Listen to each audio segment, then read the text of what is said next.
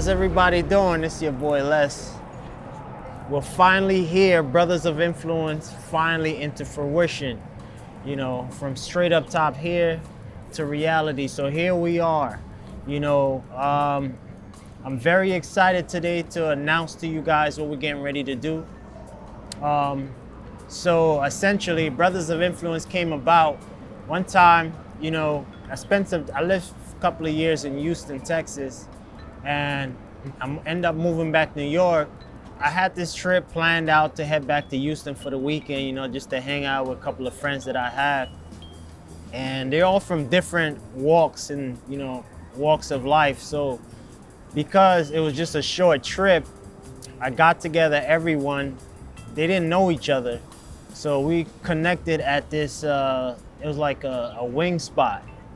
And we sat there and we was all just talking, but one thing I realized, we sat there for about 3 hours just eating chicken, and it felt like we were there for a half hour. I mean, the time just flew by because everyone was just building, you know what I'm saying? Building on different levels, and it was just a productive Friday night out. I thought to myself, you know what I'm saying? Like, I want to do this more often. I feel like this is something that's missing, and coming back to New York and seeing a lot of our minority youths, especially our men, we just have a bad stigma. You know what I'm saying? So, I mean, I know that there's a lot of women out there doing things, but I feel like our youths, men, are more endangered. So we just want to focus on that part. You know what I'm saying? But we know, ladies, we know y'all doing y'all thing out there. I know you guys have your own thing going on, so I'm not even trying to get into that. But this is just for the fellas, the dudes, all right? Maybe in the future we might do something different. But anyway, so today we have a couple of my boys here. I got my boy Scotty Etienne. He's very, serious in the real estate industry. I have my guy Frege. It's one of my boys for many, many, many years, like my brother. And he's a mental health therapist. My guy Frege, I respect him, not only as my brother, but in terms of what he does. So I feel like he can shed a lot of insight on a lot of different things. And I have my bro, Chris Dredd, another longtime brother that I've known for a long time. I always respected what he does. You know what I'm saying? How he uplifts, Black people, and how he's just passionate about that.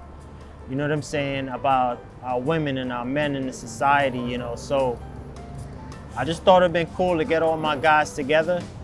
And we have about 2 mentees coming through, and they're gonna talk to you a little bit about, the struggles that they're facing in their life currently, being postly incarcerated to now being back out free and trying to make something happen to themselves.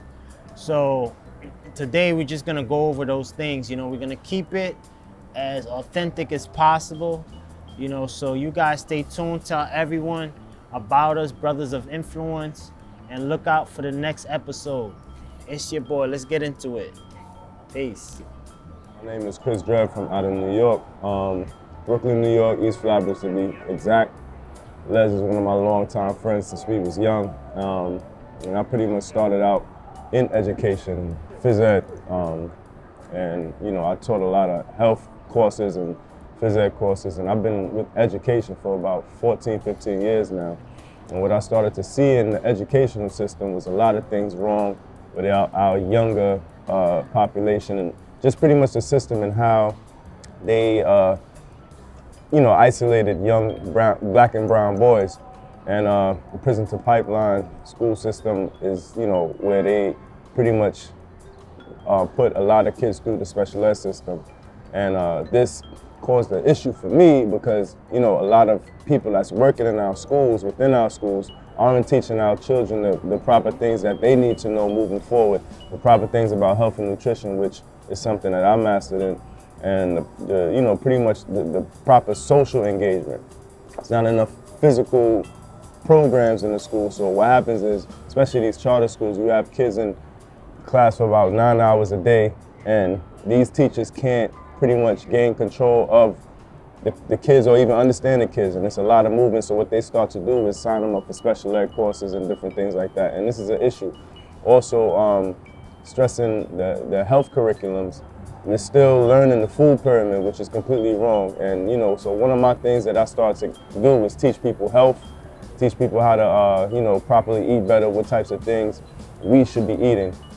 And what I want to do is bring awareness to the young black men, especially to sort of reinvent the reputation of the young black male by putting more programs in schools that can gain proper income straight out of high school rather than going to college, taking out a bunch of school loans and putting more debt on yourself where you can't really afford to live. So if we get more vocational programs back in schools, for instance, like welding, like what welding offers, I think it will be beneficial to our young men being able to take control over the family and the neighborhoods again. So that's pretty much what we want to do moving forward is build a coalition of young men who can come together and really reinforce a lot of information for our young men to be functional adults and head a household in their family. Once again, in the black community, the woman out-earns the man now, which has turned everything upside down. So we want to get our men functional back into society, working and supporting their families. So pretty much, again, we're here to make change, and hopefully there's a lot of change to come. Hello everyone, my name is Scotty Etienne. I am a real estate investor. I've been investing in real estate for about 10 years now. Concurrently with the real estate investing, I worked in finance for about 12 years. I've known Les for a number of years, and he's always talked about his willingness and his ideas about giving back to the community and to the youth. So with that being said, he came to me with Brothers of Influence, and I felt like it was really something it was really a really great idea, a really good way for us to give back to the community. But more importantly, I just wanted to be able to support him in all of his endeavors and just basically be a resource where I can provide my knowledge, my experience to the youth looking to figure out their way in life. How you doing? My name is Free G. Raised in Brooklyn, New York. Long time friend of Leslie. We grew up since childhood. I know him since we were really young. And he, to me, is the epitome of a brother of influence. As my brother, we shared a lot of talks, wisdoms about different things we wanted to do in the future, and I see he's bringing his vision to life. I'm a therapist, clinical training specialist. I work with adults and children. I train staff working with people with mental health and disadvantaged populations. I'm a clinical therapist in the office. I've been in the mental health field for about 15 years, worked in the school system. I worked in the shelter system. I worked in the foster care system. So I've had a lot of experience with disadvantaged populations. And one of the big things that I noticed, there was very little representation of people of color, especially males of color. So when we talk about brothers of influence, me as a black male in that kind of space, I felt like it was important that we had representation. And this project that we got going on here is very important for me because I knew if it wasn't for brothers that kind of influenced me to be where I was at, I don't think I would be here today. So I'm here to spread some of my wisdom. I have a lot of wisdom, like I said, in the mental health space. I work with children, I work with adults, I work with people with severe mental illness, and I'm here to shed some of my perspective on how we could build and be better, and hopefully, we can make a difference in the lives of our young brothers of influence. What's going on, y'all? How's everybody doing? We here. Now we out here chilling. We in South Street Seaport. Just on a stoop right here, just like back in the day, we just in the hood, on the block chilling. I know how it is, but I'm here with 3 guys that I know. I have so many others. Yeah, you guys don't know who you are, you know what I'm saying? Don't worry, you know what I'm saying? You're gonna be here, just not yet. We just kicking things off now. So anyways, just wanna let you guys know a little about myself. My name is Les Lambert. I'm the president of Lambo Mechanical. I'm also the owner of Botwell and Consulting LLC, and in a new venture here, Brothers of Influence.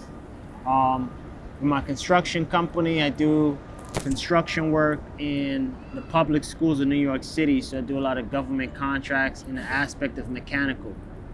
And I also have a welding school where I teach welding trades to minorities. I do mentor programs. I have a program at Rikers Island Prison, Brooklyn Chamber of Commerce. I do programs to the MTA as well, but I'm a welder by trade. Just an individual coming from the hood, Flatbush, Church Ave. You know what I'm saying? It's like, what reality was like back then, just growing up, having like West Indian background parents who just came up here and, they trying to figure it out and set things in place for you. They don't really have that time to really show you how things work. They ain't really know how things work. So I grew up in a generation where we had to kind of like figure New York City and the US out ourselves, coming from a different country. It's a whole different perspective, but through the years of like testing and trialing a lot of different things, came to realize that, when I got into construction, there's a way to be successful and there's a way not to. We're not gonna get into that. So that's just like a background by myself. So I'm a big advocate for individuals like myself growing up in urban neighborhoods where I understand like the struggle, you know what I'm saying? And there's a way out. So Brothers of Influence is just here where we're looking to be authentic, be our authentic selves, and kind of like show you guys, because, a lot of us used to be where a lot of, you guys are, or you may or may not be, you know what I'm saying? If you're on the other side of the bridge, feel welcome to reach out and come share your experience, because there's always somebody out there who needs to hear that, all right?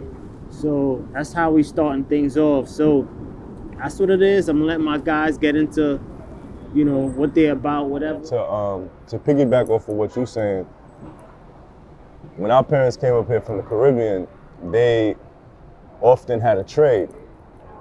And a lot of the times when they had a trade, they was able to, jump into businesses that allowed them to be self-sustaining. A lot of our grandfathers owned homes and buildings and different things like that. And you see the young men now, they don't know about real estate. They don't know about the banking systems.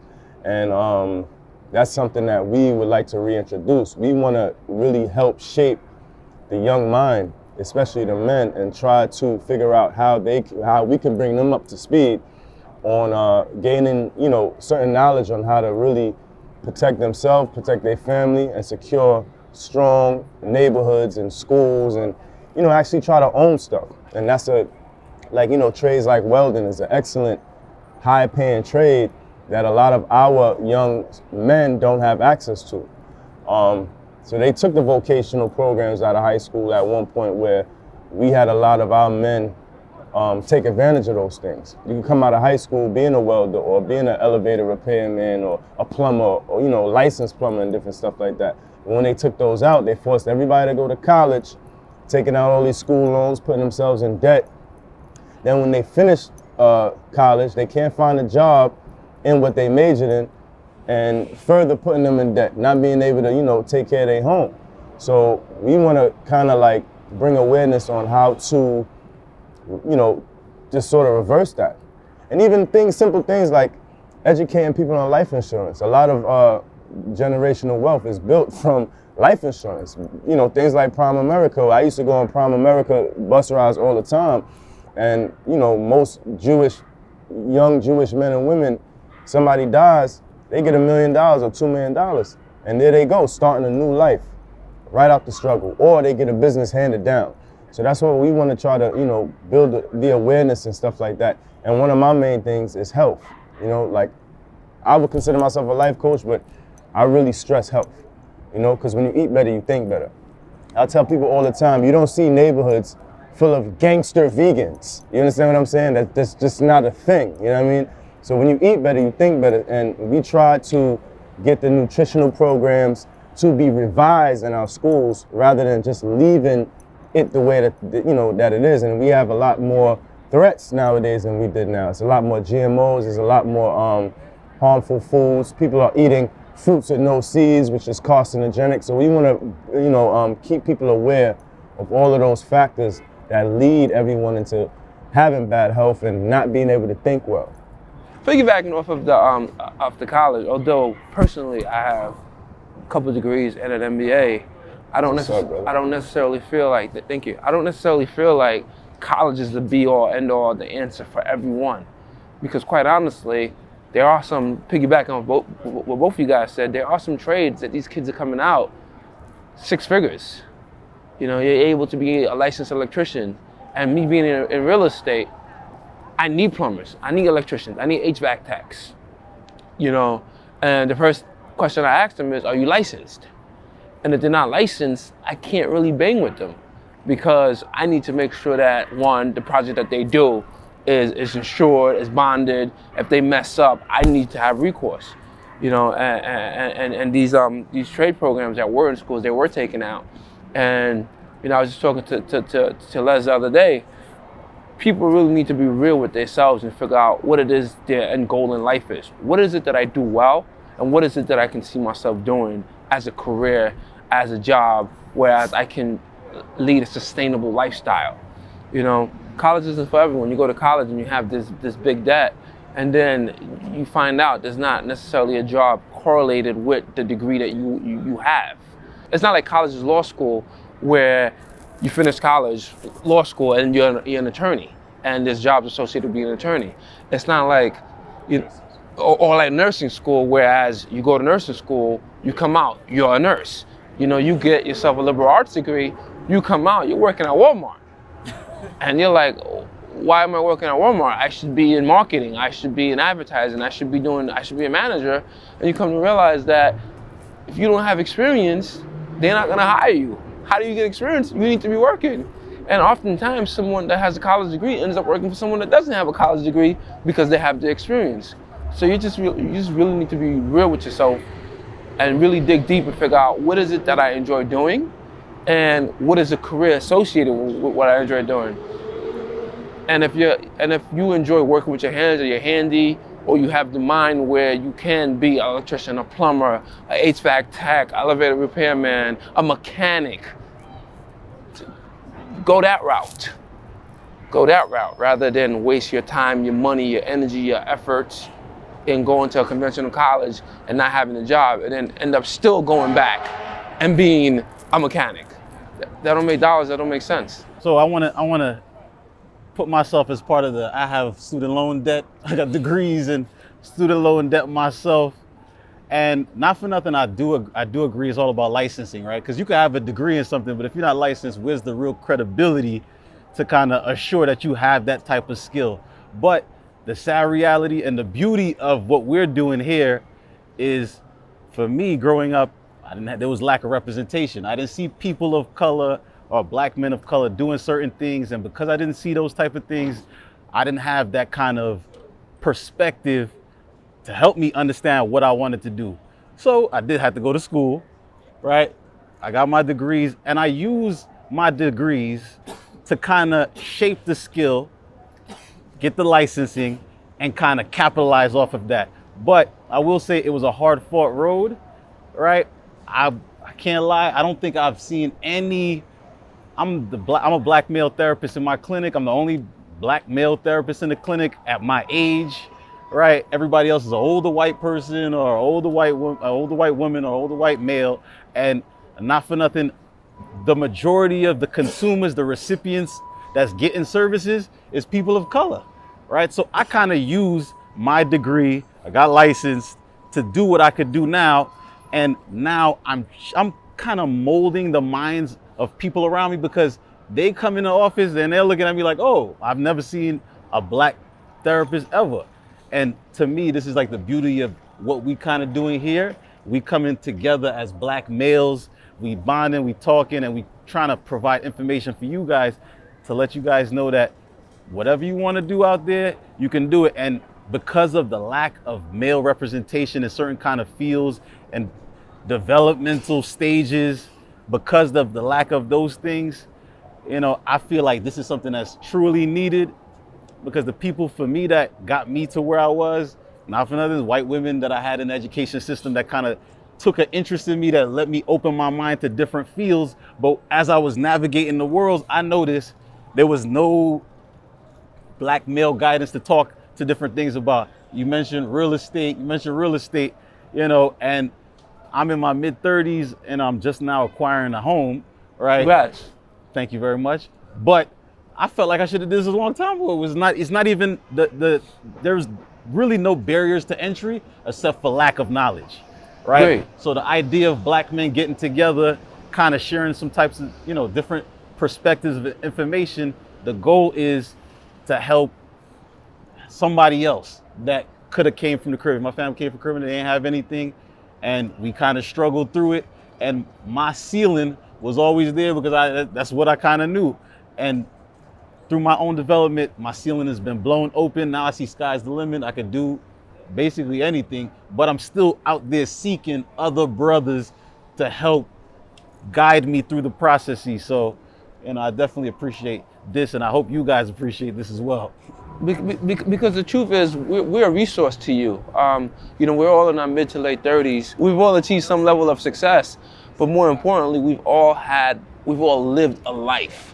We've all been teenagers. We've all been young adults. We've all been 20 years old. We've all been 25 years old.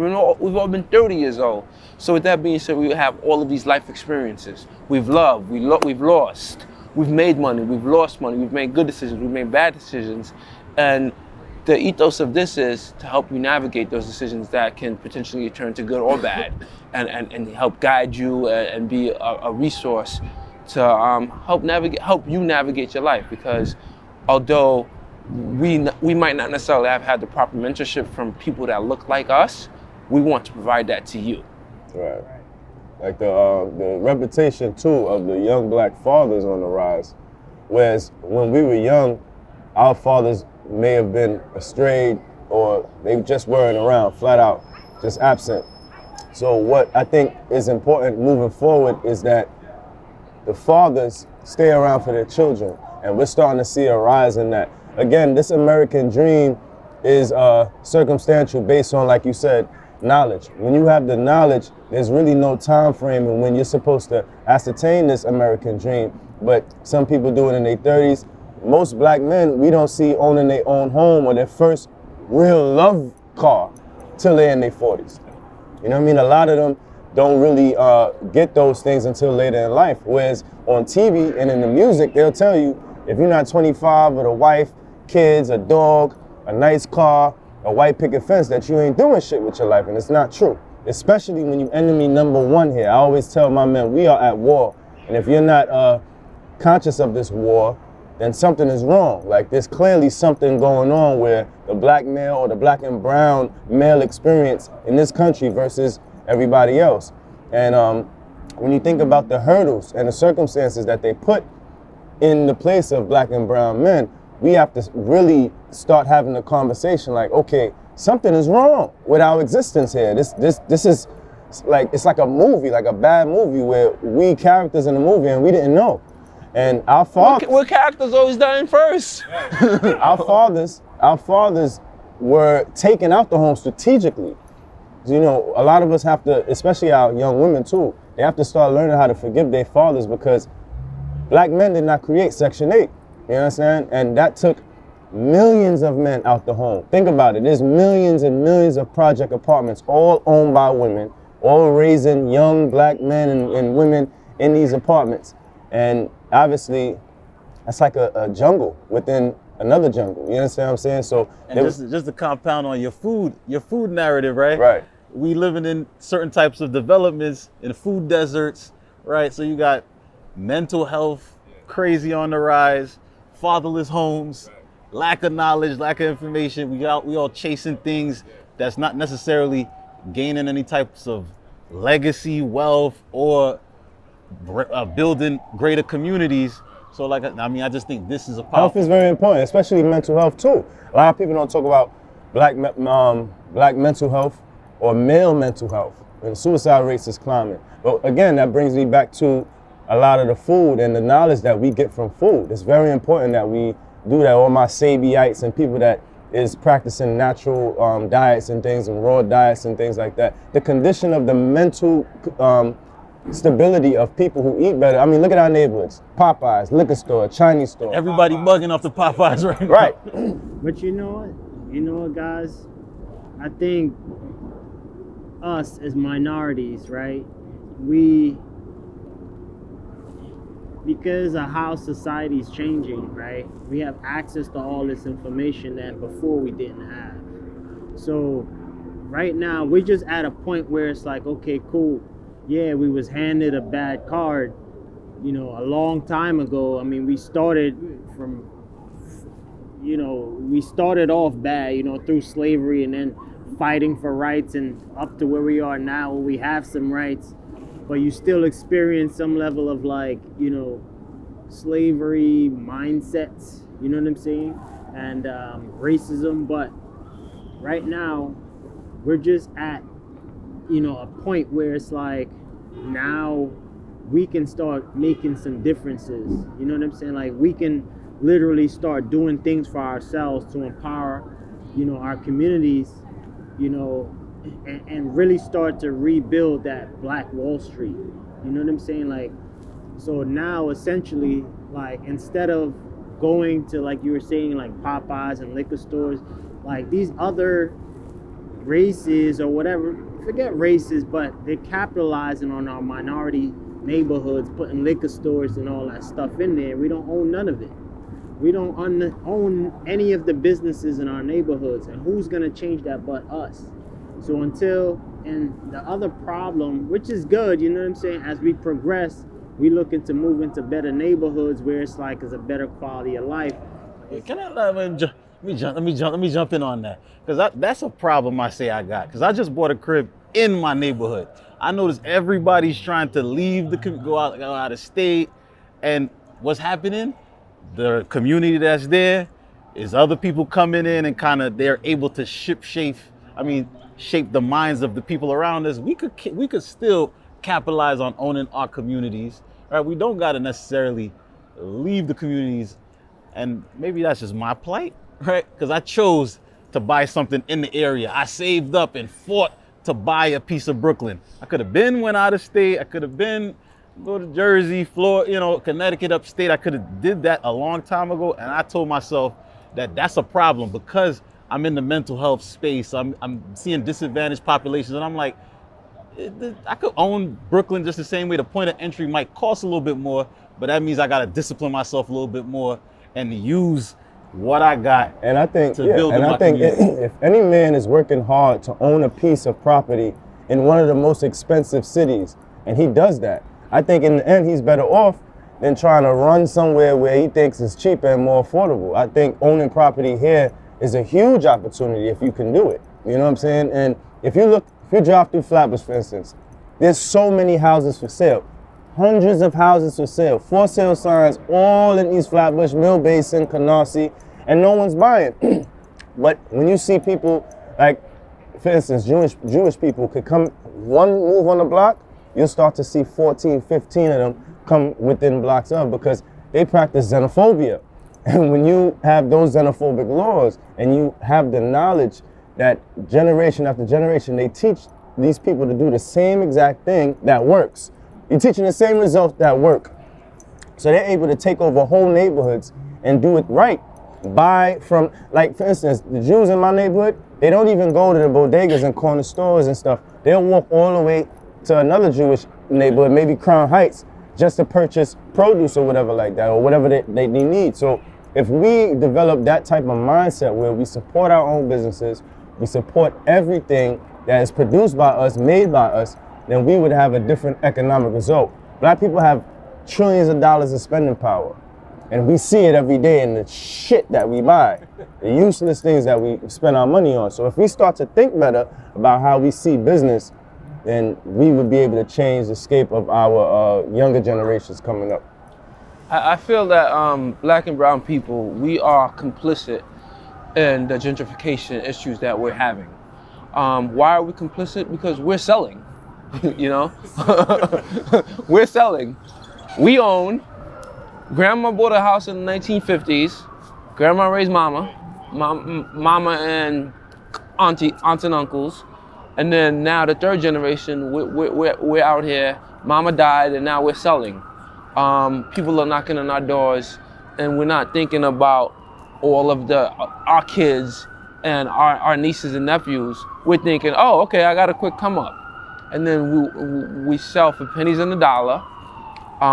We never really learned the value of our homes. We never really took care of our homes. We never really took care of our neighborhoods. And then we get mad when the majority races come into our neighborhoods, buy our neighborhoods, fix the buildings in our neighborhoods. And we get upset when we have more of a police presence in our neighborhoods. We get upset when the stores that we used to frequent when we were young are closing down, and now they're opening up, vegan kitchens and things that we're just not used to. But we should embrace that. We should embrace that, but we should also say, you know what, this is our community, this is our neighborhood, this is our block. Let's fix it for us, by us. Let's work within our communities to ensure that, okay, we know that someone in our community is selling. We know someone from our community that would be a potential buyer. Instead of trying to sell to the majority races, maybe we should try to sell within our races. Maybe we should really try to focus in on our communities, trying to build our communities, trying to focus in and fix our issues in our communities. Maybe we should start joining community boards. Maybe we should go to, just the board meetings. Maybe we should go to the block associations, because what I'm seeing, and I am in real estate, and I invest in Brooklyn, I invest in Bed-Stuy, what I'm seeing is African American neighborhoods, but the community boards are not represented by African Americans. Whose fault is that? It's ours. What I'm seeing is the majority population that's moving into our neighborhoods, they're getting better, faster results in terms of noise issues, in terms of there's a pothole, in terms of sidewalk issues, in terms of all the issues that we've okay, somebody's gonna call. Maybe we should start enforcing that. Maybe we should make friends with our local police department. Maybe we should make friends with our politicians, because we vote them in. They work for us. We don't work for them. But when the majority population come into the neighborhood, they really focus in the community. They really focus in the neighborhood. They really, in terms of building the neighborhood. And then we're like, wow, Bed-Stuy is nice now. Why wasn't it nice when we owned a majority of the houses? It's our fault. Well, I think we still have to talk about the totalitarianism that we're under. If the people who want to move into a black neighborhood that are the same kind of people of the people in charge, then their needs and wants are going to be met faster than the people that's been there in poverty. So if white people move to Bed-Stuy and they want a pothole fixed, their needs are going to be met a lot quicker, because the people who's in charge of fixing that pothole are the same people who's making a complaint now. Whereas if the poor black people was making a complaint, then obviously the people who's in charge is not in favor of that. So it's again going back to educating our people and how to even get in the higher positions that make ultimate change. Poverty is what breeds the violence. Poverty is what you're gonna see, abandoned buildings and stuff like that. We have been masters of building and civilization from the beginning of time.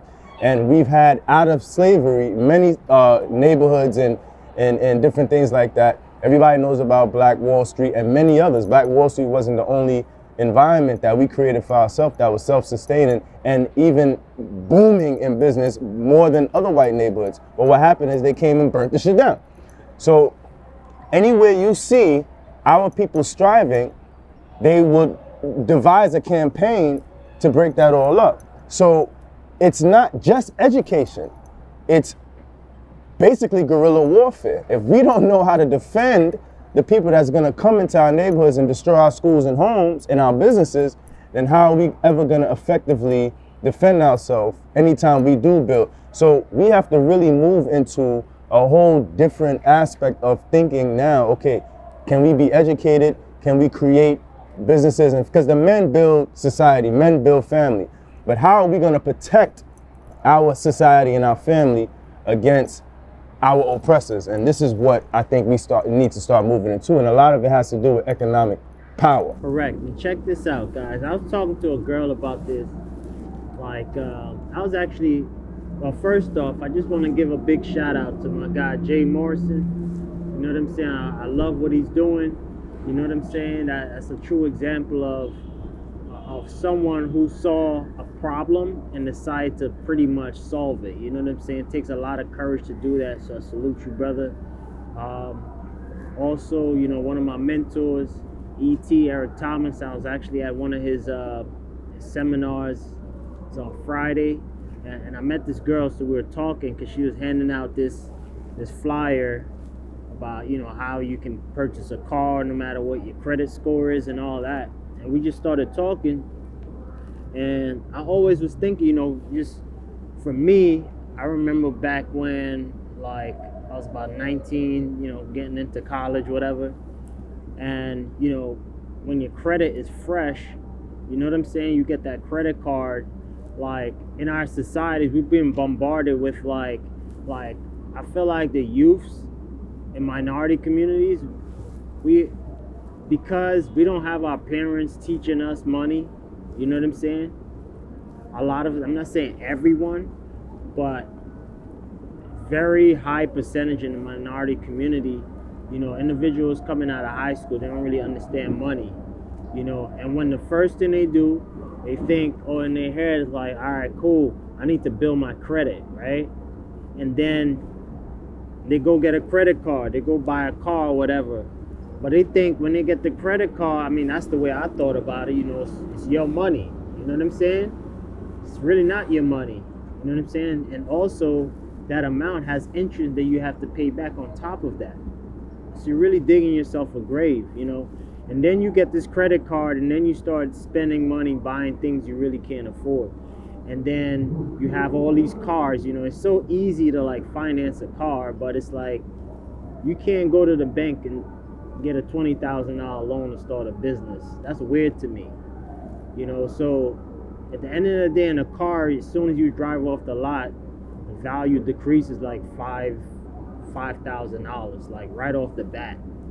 That's like walking in with 15 and walking out, you know what I'm saying, with 10,000. Like, you just gave it away, you know what I'm saying? So from like educating myself now, where I'm outside of that, educating myself on a lot of these things, I'm realizing that, yo, like these things are a game, you know what I'm saying? It's like a game, and you need strategies. Like credit is a tool, you know what I'm saying?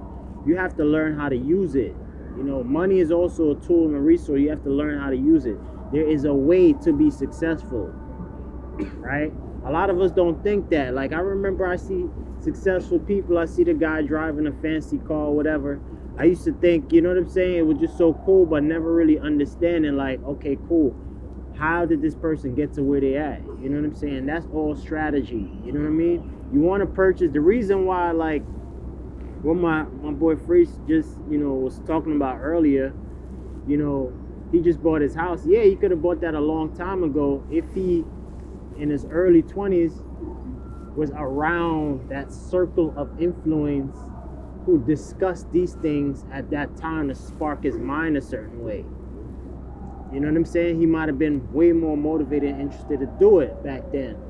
But again, you know, that's what this is all about, where, you know, just average people can get, you know, a perspective on, get strategies on how to, like, okay, cool, I want to purchase my own home. Scotty, like, you mentioned, like, okay, cool, like, us, we're selling our properties to, like, you know, the majority. Minorities selling properties to the majority, you know what I'm saying? Your grandmother bought the house how long ago? Now she passed away, you don't have a vision for the house, so you feel like, hey, I'm gonna just sell it and move somewhere else and to come up. But that's actually a failure, because this majority, they coming in your neighborhoods and then they make plans for it and kicking you out. Or they'll buy the house, buy the same property, and then rent it back to you. Wow, so that the amortization is going down for them. They building all that equity for their children, and you just paying the rent and owning nothing. And they bringing up the rent percentages in the neighborhood. That's our fault. Yeah. You know, I'm a landlord, so, you know, I look at things in a capitalistic way, but all of that is our fault. You know, we shouldn't be selling our properties. That's the first thing. We should not be selling. Or if you're gonna sell it, But you know sell what? it to your own people. But you know what? If you're selling, let us know. But you know, here's the thing. We say that now because we know the strategies. We know what's going on. You know, our parents and parents, they didn't understand that. They had a very basic, you know, formula to life. You know, you buy a house, right? You work, buy a house to stay in for the rest of your life, and you do one thing until you retire, and that's it. You know, we're in a different day and age. I feel like we are that generation to make these changes. You know what I'm saying? To set up our own communities. Like, I was in Rockaway Beach one time a couple of months ago, and I saw, it was very powerful. I saw, like, I was looking into a gym, right? It was a Jewish school. I was looking into a gym and I saw all Jewish kids, right? And I thought to myself, like, what if we had that? I mean, it was so safe. You had Jewish families, like, they literally had their own community, you know? And it was good to see, you know, it was good to see because, like, instantly gave me a vision for, you know, the possibilities of what we can have for our kids. Like, we can literally set up our kids for a brighter future by simply, one, I think it's everyone out there, everyone's goal should be to own a home. You know, you're coming out of high school, whatever, like, you should have the strategies necessary, and that's the key to life, you know, strategies. All these other, you know, races, they have strategies to succeed in life that they follow, you know, that they teach their kids from young. We need to start teaching our kids strategies on, one, what is school and how can we use it? You know, it's a tool. You use it. You don't go there to look for anything. You know what I'm saying? You don't let school lead you. You should lead school. You know, in the sense that you should know what you want to do and why you're doing it, what the purpose is. So it's that we have to understand money. You know what I'm saying? We have to understand the importance of owning. You know, we have to understand, you know, like, you know, Brother Chris was talking about, like, life insurance, having that, you know, because, hey, guys, last time I checked, we ain't here to stay, we here to go. All right? So keep that in mind, you know. See, a lot of us living our best lives, but, you know, what are you working on? You know, what's your life legacy? What do you look to leave behind? You know, what do you want on your tombstone in the end, you know? And when you're gone, do you have kids? Like, what's going to happen to them? Do you have anything in place? And, you know, I feel like, again, our men, you know, like a lot of our men are falling victim to, like, fatherlessness. Okay, can I? I just want to add in also the family and the community, right? So we got to build our families. You see us coming together, right? People got to come together more so that we can kind of build with one another, learn from one another. And that's something I feel like that's a big issue in our own communities. People are too fragmented. Everybody's kind of doing their own thing, and they're not understanding that the power is in the unity, right? And I think a lot of that starts from, like, the family, developing the community, but just parents being with their children, you know, creating healthy relationships, strong bonds that we could kind of help one another build and grow, because you can't really do it on your own. So a lot of these other communities, I think one of their biggest advantages, the power of the family, right? They're like a well-knit machine. If you look at, like, the Asian communities, if you look at the Jewish communities, they tight and big on family. And that infrastructure is a very powerful tool to help us grow and build. Because if got insurance, or if we saving and collecting together, we could kind of build and, you know, go on to buy real estate, develop businesses, right? Teach one another and kind of help one another build the rest of the community. And there need to be a strong structure of rules that we now create moving forward for our younger generation. There is no discipline as far as that. You know, we, as you can see, for instance, one of our most powerful assets in this world is music. And our music has gone through so much changes. And there's no discipline, there's no campaign in trying to make the music richer. Our television shows used to be more meaningful. Now they're very irresponsible with what we want to show people, especially our younger youth. The kids have access to so much more negative things now than they ever. Everything is about the children because, again, we're finished. As adults, we have our ethic and we're moving forward as far as what we're gonna do, but our kids is watching us. And just like how we didn't have no adults to really observe, rather than our single mothers, who can't really teach a man how to be a man, we need to be the models of society moving forward. And if we get it right now, maybe they'll get it better, you know, later on. So I'm just hoping that as young men, we start a coalition amongst each other to reinsure these kids' safety, our women's safety, but also how they see life and what they know, and form a set discipline on how to go about society and be more militant. We're in a war. And if you don't believe that, like I said, you're really missing the big picture. Like there's a war against black people and brown people in this country. And with that, we have to be aware that everything is made harder for us. It is what it is. We can sit here and talk all day on this step. There is a system that is designed to make things a lot more complicated for people who look like us. And that is racism, white supremacy, and that is a big thing with the outcome of how our life experiences are. So that's something that needs to be addressed, and it needs to be something that is not uncomfortable to talk about, not unusual to talk about. But moving around that, we also need a lot of more knowledge about real estate. And that's why I think, you know, what you're doing is important too, because you at least have direct knowledge on allowing people to understand or gaining more knowledge about how to just grab property. Because you can have all the money in the world, but if you don't own anything, you know, I think wealth is more owning land than it is having actual cash. So we need to teach people how to actually gain a block, get a block, or families. If you have a family and it's 6, 7 of y'all need to put y'all money together and live together for a little while. Stop preaching, oh, move out. Sometimes you need to stay together. Jewish families, it's 11 of them in one home sometimes, but at least it's a friggin' mansion. You understand what I'm saying? You save more money that way.